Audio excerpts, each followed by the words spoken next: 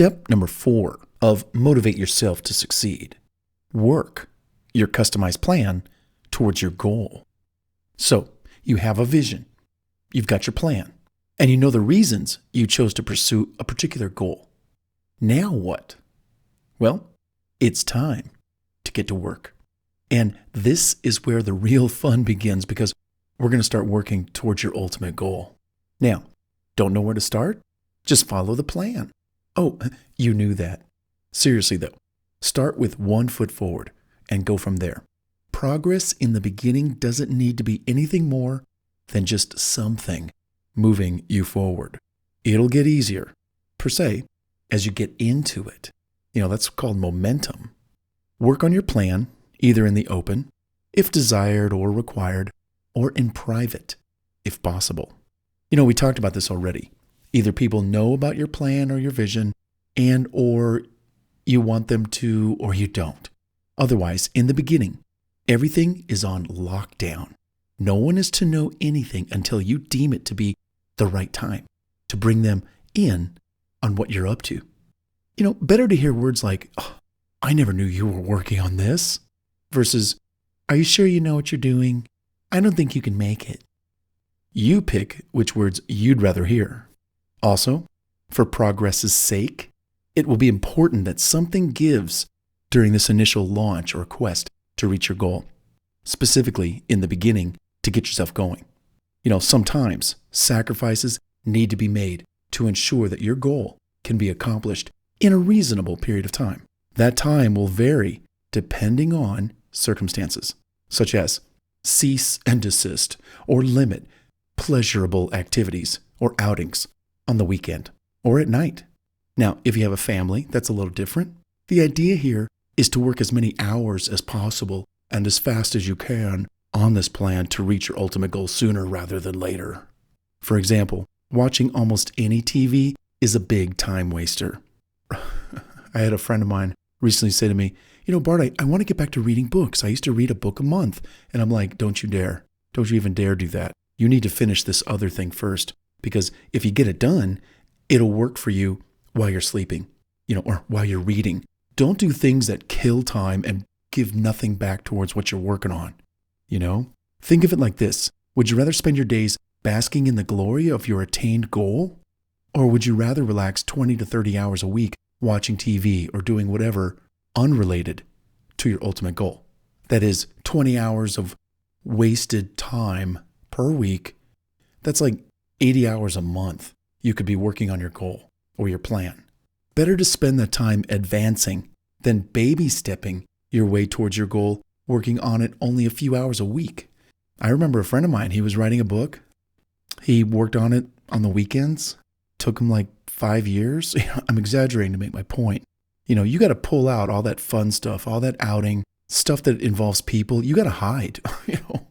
I probably talk about it here in the book somewhere, but you got to hide. People are going to want to spend time with you. They're going to want to talk to you.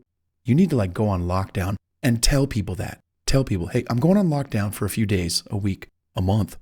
Don't call me unless the house is burning." Do you need some quiet time to work? Do you belong to a timeshare program or something similar? Got a few extra 1,000 points you could use just for the occasion? Take a week or two and go somewhere exclusive and write that book, for example, or work on that plan, for example. That is, if what you're working on requires some major alone time. Other projects may not require such an environment. I've enjoyed getting away for a few weeks per year, every quarter, like that. And the cost is next to nothing when I used my timeshares. Seriously, I would go away for 3 weeks to some cabin in the woods, timeshare. I would get more work done in 3 weeks than I would all year long. It was crazy. So I liked doing that. And I never told people where I was at, except one time people asked, "Where are you? Where are you?" "Well, yeah, all right, I'm in Palm Springs." "Oh, I'm coming down. Can I stay at your apartment?" or whatever it was, the place I was staying at, the suite. And boy, did I open my big mouth. All these friends of mine were coming down to Palm Springs to stay with me. And I'm like, I'm trying to get work done here. I don't want to play. So fortunately, only a couple came down. And it was okay to go out for the night, and it was okay. But to get my point here, don't tell people where you're at. They'll come and want to have fun. Yeah, Now, this doesn't work for everyone, but I find working at night when everyone else is sleeping, I can work without interruptions or distractions and get a lot done. If you can put in 4 to 8 hours of work while everyone's sleeping, that's almost equal to working 2 days during awake hours for the rest of the world. You pick the hours that work best for you, because that's when you will get the most work done and accomplished. And after all, it's your plan anyway. Work whatever your best time is. Mornings, evenings, or on into the night. It's all up to you. I'm tired. Oh, sleep. Let's talk about sleep. The total amount of sleep anyone should ever get in a 24-hour period varies because we're all wired differently. Speaking from my own experience, I burn the midnight oil and do whatever it takes to reach my goals, but certainly not at the expense of my health, of course. But research tells us that a lack of sleep can adversely impact our metabolism and our immune systems. Okay, so I won't argue with that science. I will say, though, again, that to succeed, sometimes you need to bust tail and push the envelope by burning that midnight oil at both ends, to get the job done. You can always catch up on sleep later, Friends of mine used to say, Bart, you should get more sleep. And I say, I'll get all the sleep I need when I'm dead.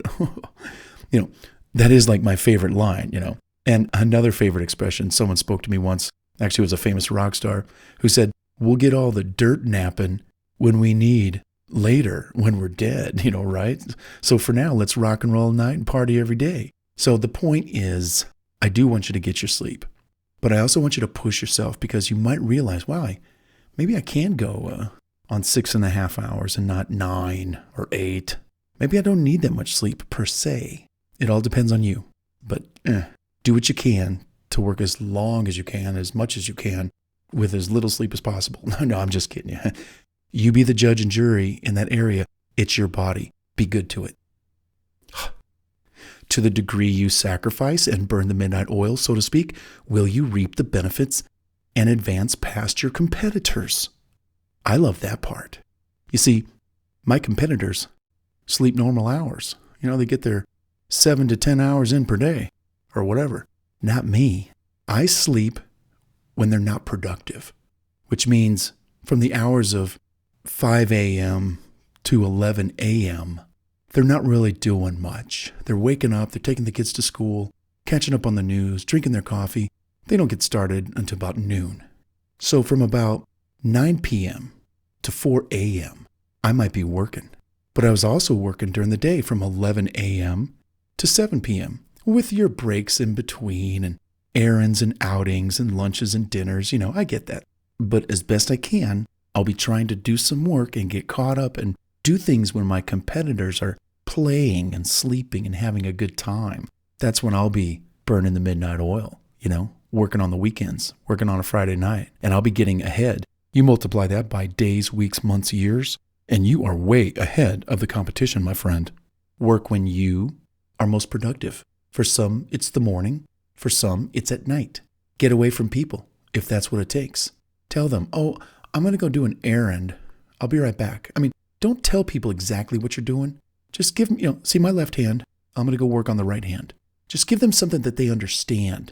Hey, I'll be right back. I'm going to go do a couple of errands. I'll be back in a few hours. Well, you're actually just going to go head down to the nice, quiet coffee shop or restaurant or library, and you're going to kick it, and you're going to work on your stuff for a while. But you told people you'd just be out running errands. That's all they need to know. Work when you are most productive. Also, why do some people triumph when others don't? A coach told me one time that a person has to have an emotional driver to motivate, inspire, and push oneself to succeed. Believing that you can win a race, for example, is not the same as wanting and tasting and hungering for that victory. What will you do to make it? How desperate are you? You must feel the passion and be emotionally charged to be a winner. How crazy are you? How crazy are you that you want to win? Yeah, awesome.